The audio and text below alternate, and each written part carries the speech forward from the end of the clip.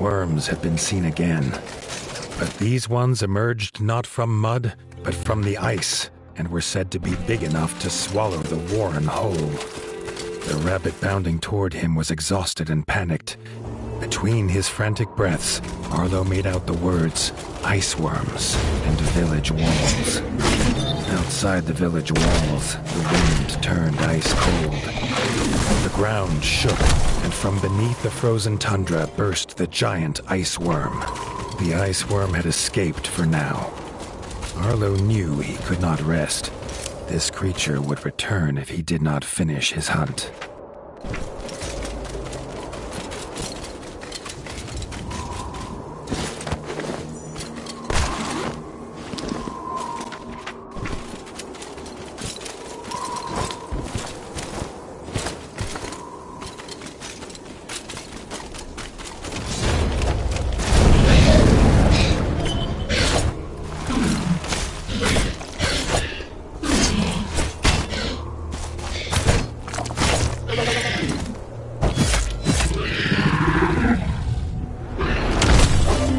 Pursued the great ice worm to the peaks of White Whisker, and in the shadow of Mount Cauldron, it fell at last. The rabbits of the warren were safe.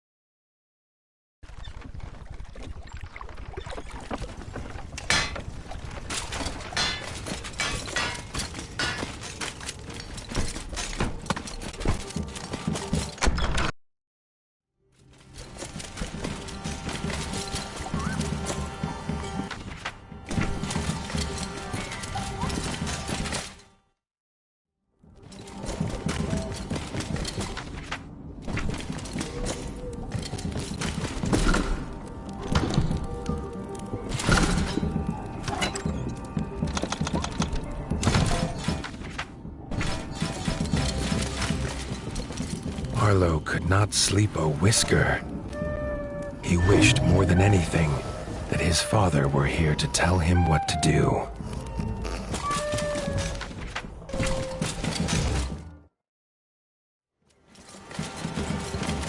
The nervous chatter silenced at Arlo's entrance. He did not sweeten the truth. The Darkwing numbers grew. They would return, and Winter's Edge could not stop them alone. He called Robin forward. Arlo was raised on tales of how the North could not rely on Southern kings. But he was desperate. The Ranger was sure King Reggie would prove different. Ordering the council to prepare for war, they set course for the Crimson Keep.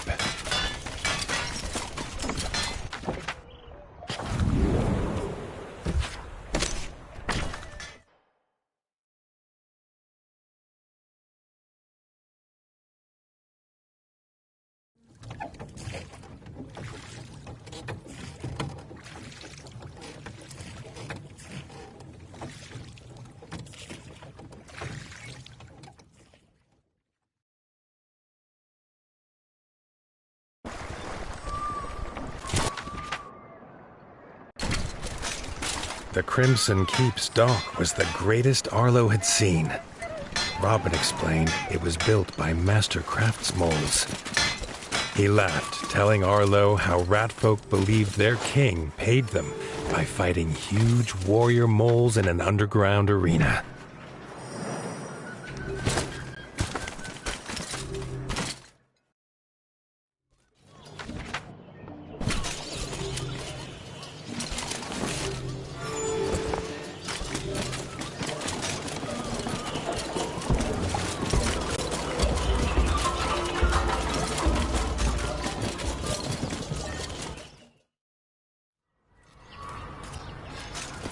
The king's steward, Doug, stopped them before the throne room. He started at the news of war, and then rushed away, muttering about how the armor would need to be polished.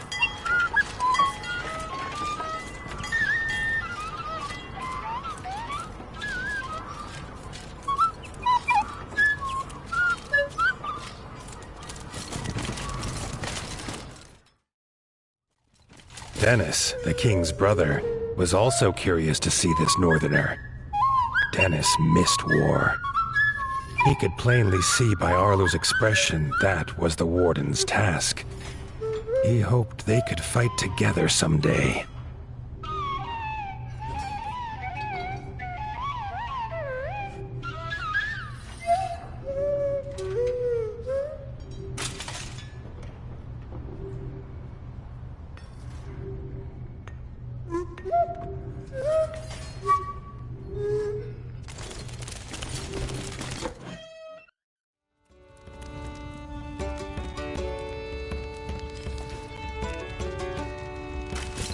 Arlo was nervous to meet this king. He hoped Reggie lived up to all he'd heard from Robin. He did not have to wait long. King Reggie was glad to see his old friend Robin was safe, and bid him to tell his tale. Robin told of the death of his son by the ferocious Darkwings, and begged the king prepare his forces to go north. Reggie was sad at the loss of Little John, but said that was not reason enough for the South to join a northern war. The king wished them well and turned to go. Arlo stepped forward, asking what the king would do when there was no Winter's Edge to shield the South. If they sent no help now, the Darkwings would not stop at their borders. Reggie listened to Arlo tell his tale. It brought back terrible memories of a father lost and a land left in ruin. A tale not unlike this young warden's. He held out his paw in friendship. King and warden, united, could stop any foe. The southern ratfolk would not simply leave the warmth of their homes for frozen lands they had never seen. A trial by combat would prove his worth. Arlo agreed. He would do whatever it took.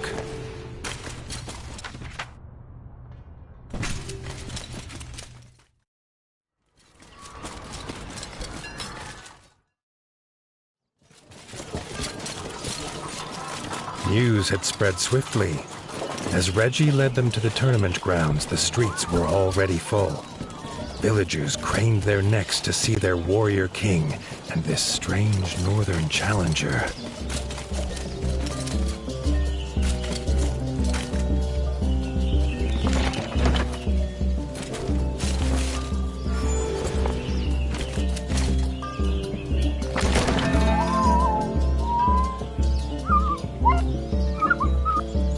Doug was an unlikely opponent for the first round. His small stature made it hard for him to wield a sword. But when it came to fighting for his king, Doug stood 10 paws tall.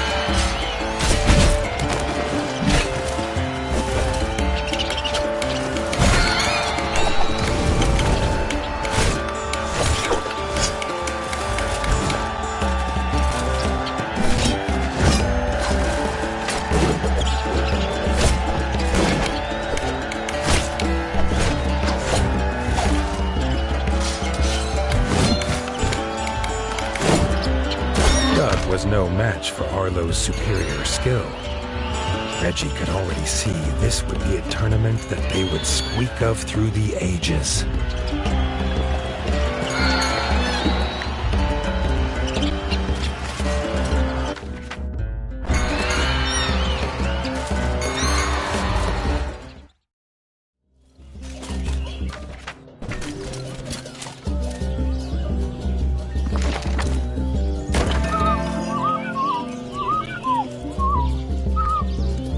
Dennis, veteran of the Green Ward's War and captain of the Royal Guard, would be a true challenge for Arlo.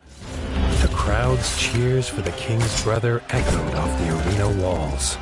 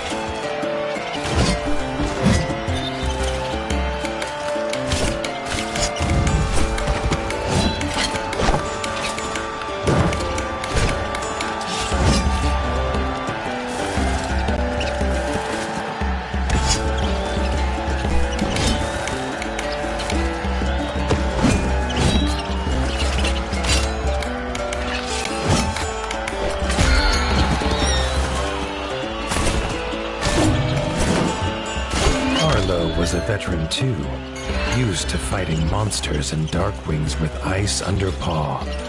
Dennis did not compare. Now the crowd cheered for him.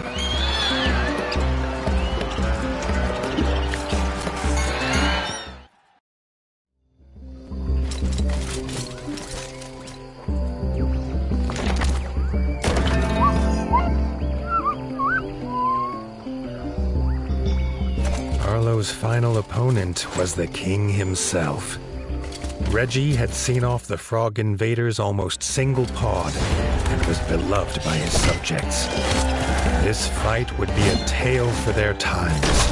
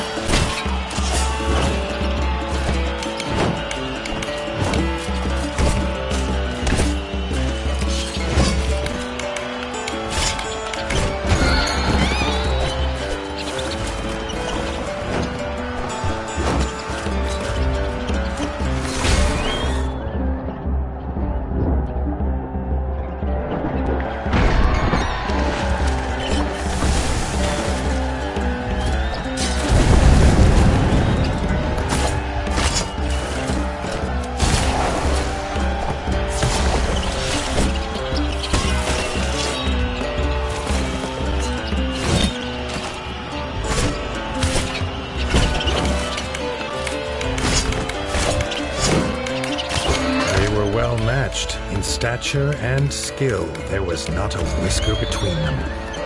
They shook paws in truce. No rat could doubt Arlo's worth now. Reggie said to meet him by the docks.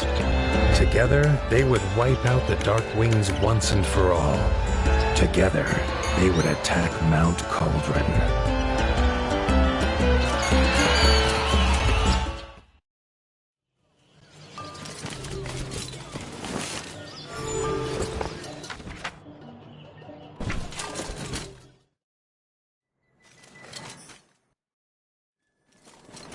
Seeing the king's forces training for battle, Arlo felt the stirrings of something he'd long thought dead in his heart.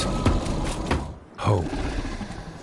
At the dock, Arlo's little heart leapt again at the strange contraption. If it was a boat or a house, he could not tell, nor why it had a giant sleeping fuzzle bug atop it. From inside emerged King Reggie. He was not alone. King Reggie introduced Bertle. Arlo felt something comforting in the turtle's presence. Bertle was proud to take the army to Mount Cauldron in his bug ship. They would make camp at Highland View, where Arlo could find them when his forces were ready. In a flap of its wings and a cloud of gas, the fuzzle bug took King Reggie and his army north. Whatever tasks Arlo had to finish, now was the time. Once the war began, there would be no turning back.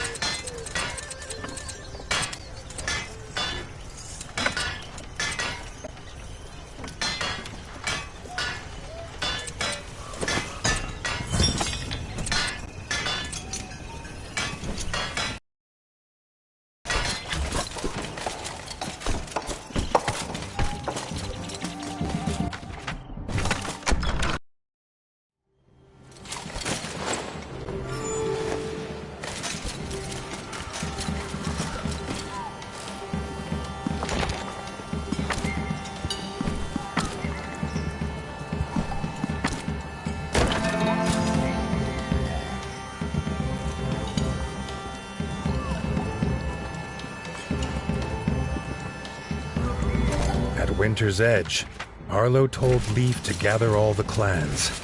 Tomorrow, they would make their war.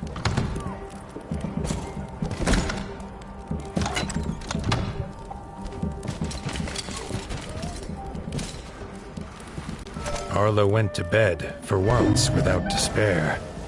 The king and the warden's forces together would make a last stand. They would sing of it forever. He wondered what sort of tale it would be.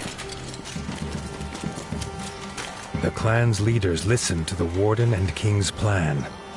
They were nervous of this flying contraption, but their fear was as nothing compared to their iron will. They would take the mountain, the Sky Scorcher, and Count Kazak himself. Raising their weapons in salute, Arlo was glad to see his friends united, though the feeling was bittersweet. It seemed impossible all would return.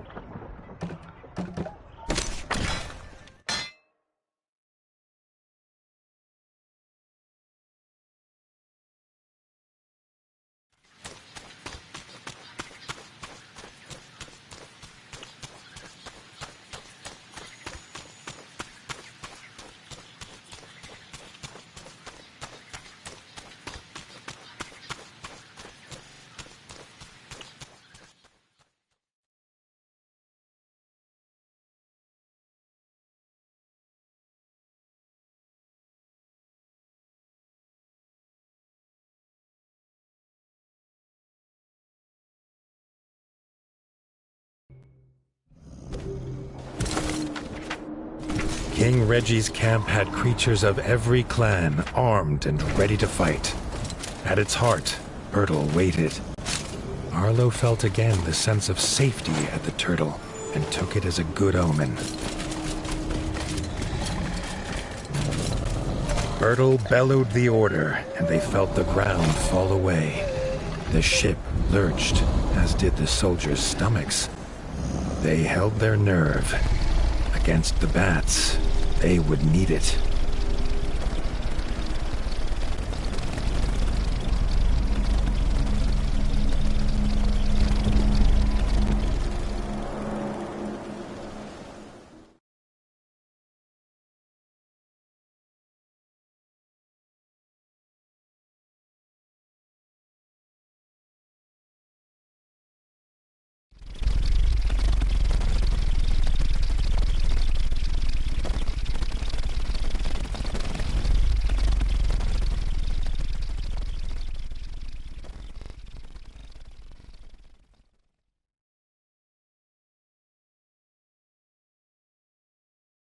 They landed with a thud. Arlo loved mountains, or had loved the thought of them in the great tales of far away. But this one he did not like at all. Its icy wind chilled more than his fur. They made hasty camp, readying themselves for the fight. Keeping busy stopped the frost from biting.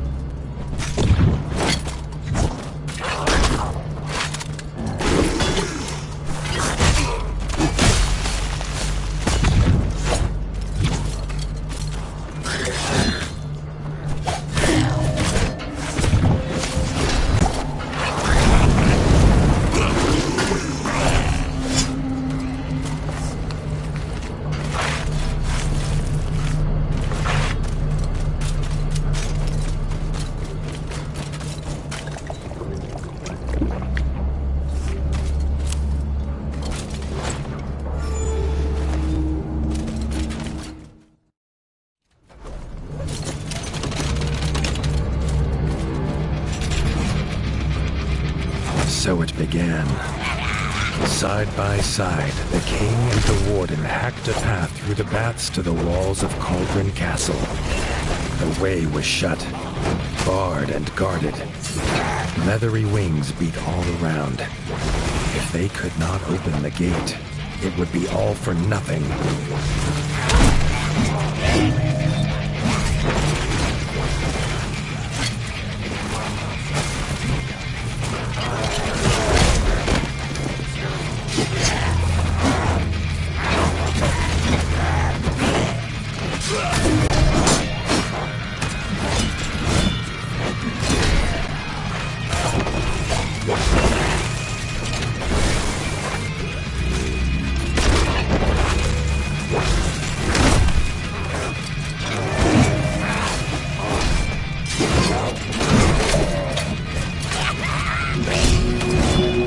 Reggie sounded his horn.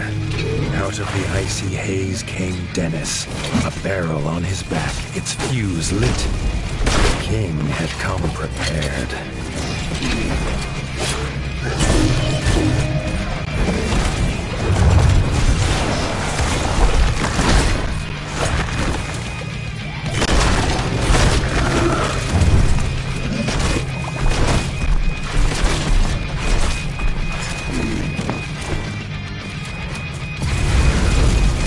The gate was shattered with a boom that echoed across the mountainside. It was a hammer blow to their enemies' hearts.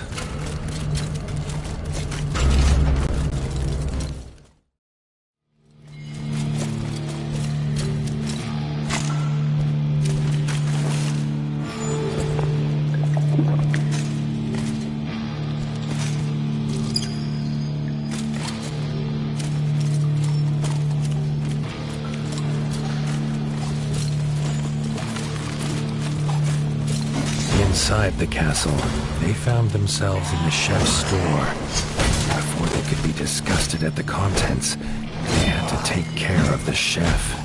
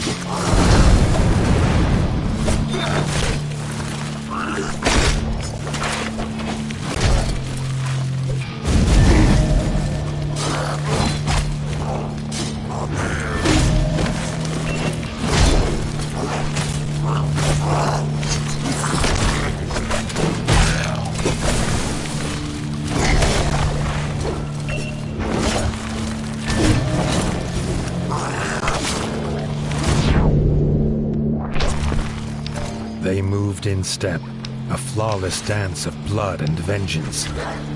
Neither knew that their own blood united them, but perhaps, just then, they felt it.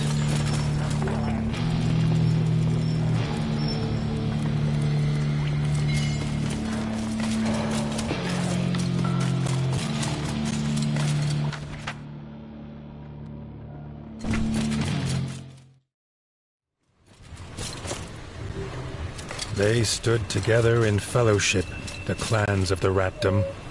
Here they would make their final assault. Reggie raised his sword and issued the cry. Charge, army of the mighty paw!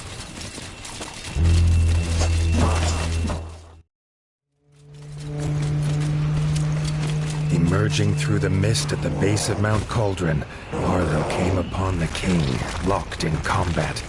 Count Kazakh and his undead Sky Scorcher. Arlo rushed to his side. But again, he was too late. The Sky Scorcher was gone, flying to the summit with the king in its claws. The despair took hold. Just then, he heard his friends fighting on. He could not abandon them. He stood tall. He would be their captain now, and they would follow, even under the shadow of dark wings.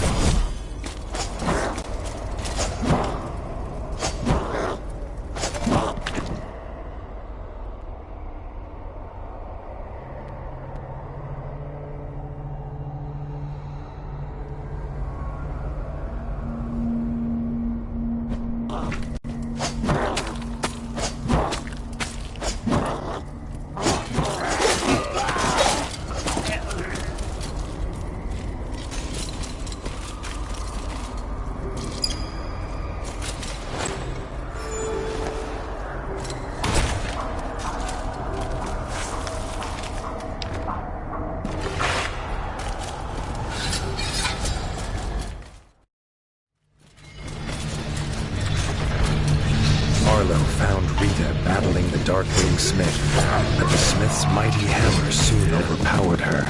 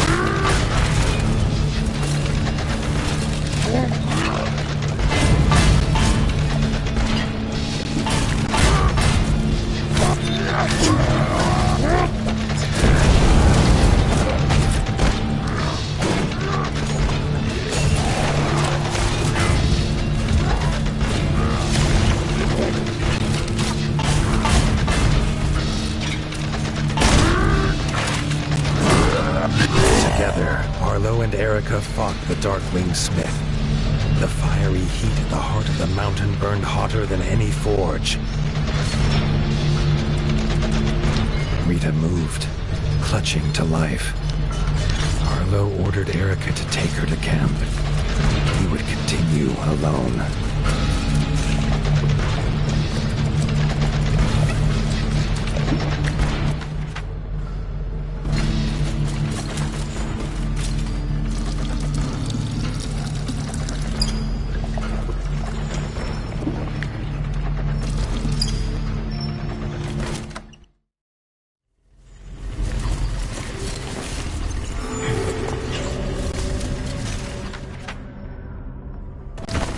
His whiskers twitched and crackled. There was dark magic here.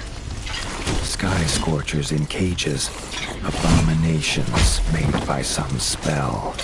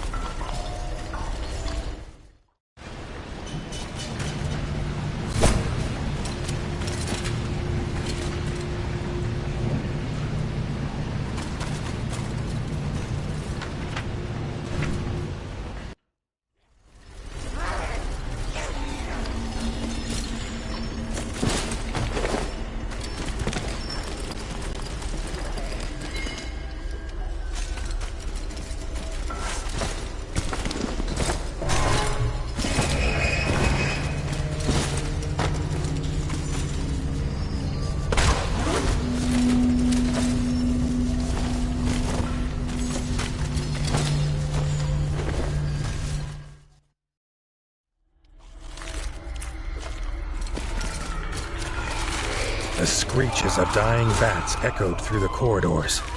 He knew these arrows. It was Robin, determined to rescue his king.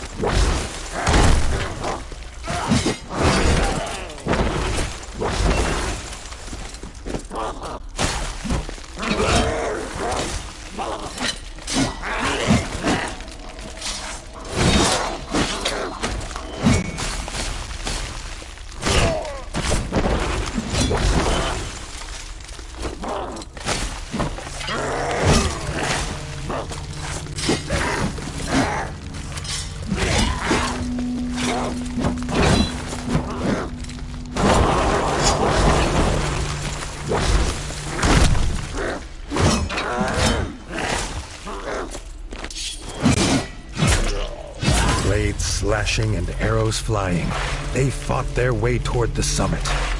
Would the king be alive when they got there?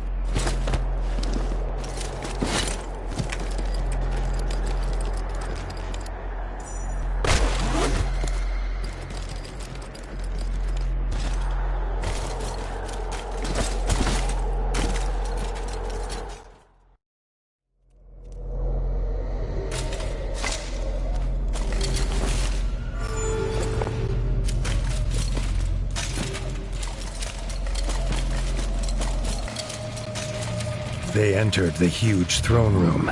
They finally set eyes on the foul, laughing figure of Count Kazak, sat on his icy throne.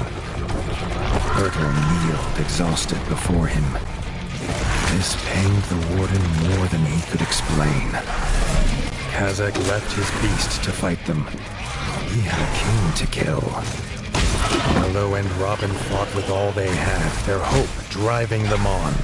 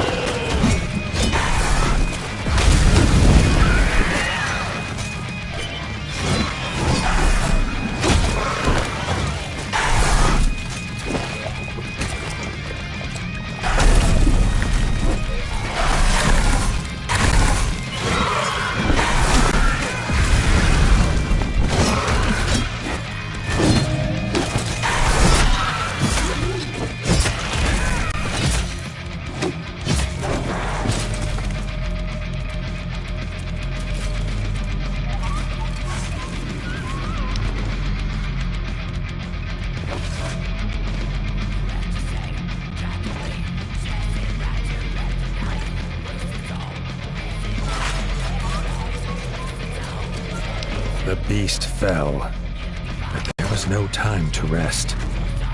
Leaving Robin to tend to Bertle, Arlo headed to the summit to find Reggie.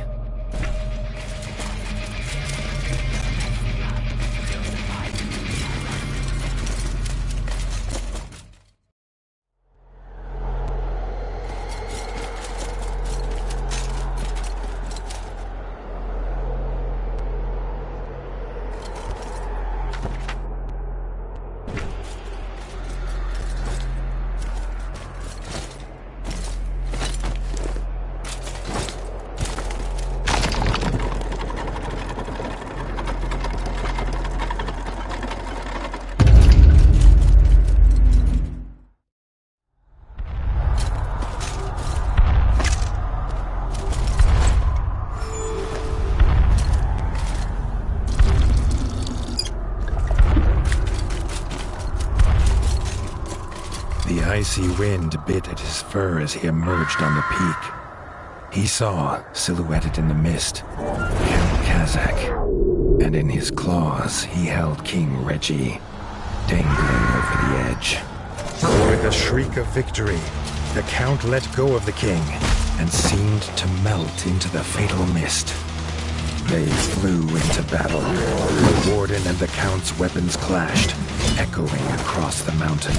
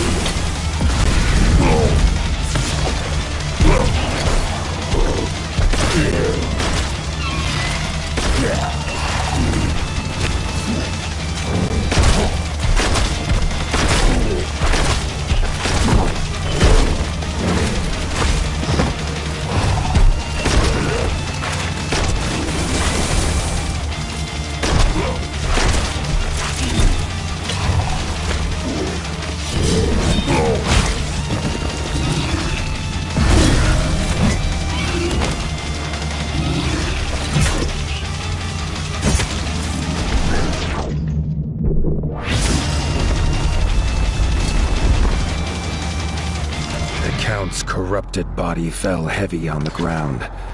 Arlo rushed to the edge, calling for the king, but the only answer in the mist was the icy wind. The war was won, but Arlo could not feel the victory. He barely noticed his friends join him. The Fellowship bowed their heads in honor of their brave king. The tale of this war would be as much of loss as of winning.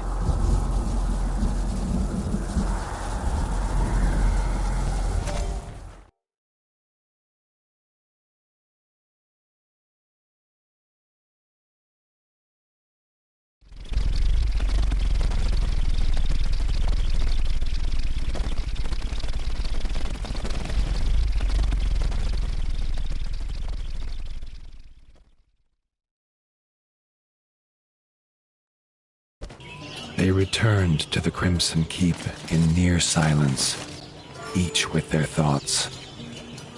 There would be no victory parades.